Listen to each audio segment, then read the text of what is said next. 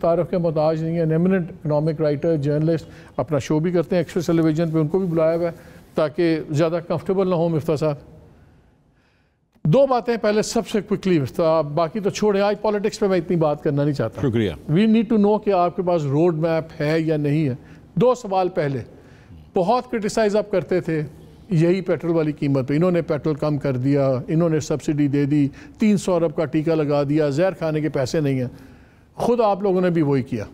آپ لوگوں نے ایک پاپولسٹ, کیونکہ عمران خان صاحب کی بہت ایک مومنٹم پکڑتی ہوئی کیمپین ہے, آپ نے اس کے سامنے نظر آ رہا ہے کہ گھٹنے ٹیک دیے آپ نے. ایک فائنینشلی کریکٹ مگر پاپولر, اور ٹیرف کیسے بڑھا رہے ہیں, اور اگر نہیں بڑھا رہے تو کیوں نہیں بڑھا رہے؟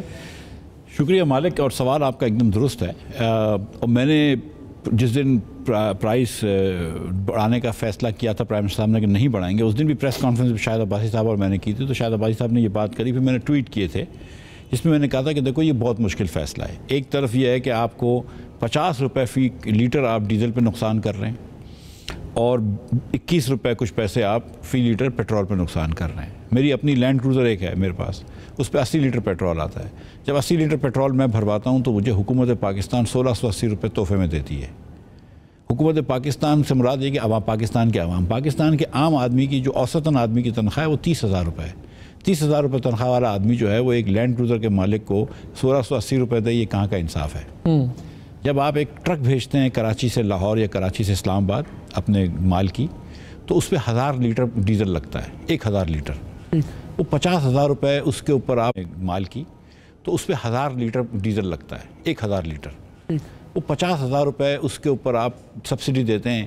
ایک جب فیکٹری والا اپنا بسکٹ بھیجتا ہے لیسے کراچی سے بنا کے اسلام آباد, تو اس فیکٹری والے کو آپ 50,000 روپے کی سبسڈی دے رہے ہیں. آپ کی تو لاٹری ہے, کیڈی لینڈ کا ٹرک کو بھی پیسے بچ رہے ہیں, آپ کی کروزر کو بھی پیسے بچ رہے ہیں. یہ کہاں کا انصاف ہے؟ نہیں, میں سیریس دیکھ رہا ہوں, یہ کہاں کا انصاف ہے؟ ٹھیک ہے, مجھے یہ بات سمجھ میں آتی ہے کہ آپ آٹے کے اوپر کنسمپشن کے اوپر سبسڈی دے دیں, افورڈ کر سکتے ہیں اور نہ کر سکتے ہیں وہ آپ, یا موٹر سائیکل والے کو دے دیں. ٹھیک ہے, موٹر سائیکل والے کو دے دیں, لیکن میں ڈسکرمنیٹ نہیں کر سکتا. بڑا مشکل ہو جاتا ہے کہ موٹر سائیکل والے کو سستا پیٹرول ملے اور لینڈ کروزر والے کو سستا نہ ملے.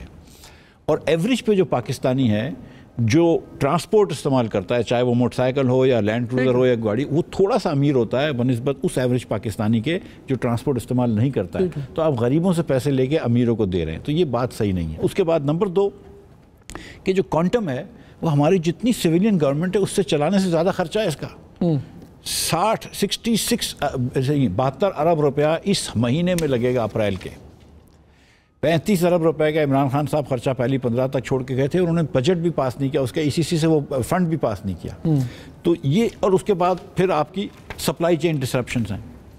تو یہ بہت سارے مسائل ہیں. لیکن ابھی میں جا رہا ہوں IMF کل یا پرسوں, اور جب میں IMF جاؤں گا تو میں دیکھیں, ایک IMF کو شوکت سلیم صاحب نے لکھ کر وعدہ کر کے دیا تھا کہ نہ صرف یہ سبسڈی نہیں دیں گے بلکہ 30 روپے لیوی اور تقریباً 34 روپے سیل ٹیکس لگائیں گے. تو 65 روپے وہ, اور اگر 50 روپے ڈیزل کے, تو مطلب 105 روپے یہاں سے 115 روپے یہاں سے بڑھانا ہے.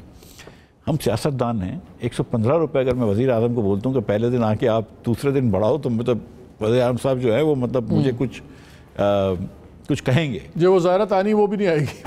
جو وزارت آنی, ٹھیک ہے.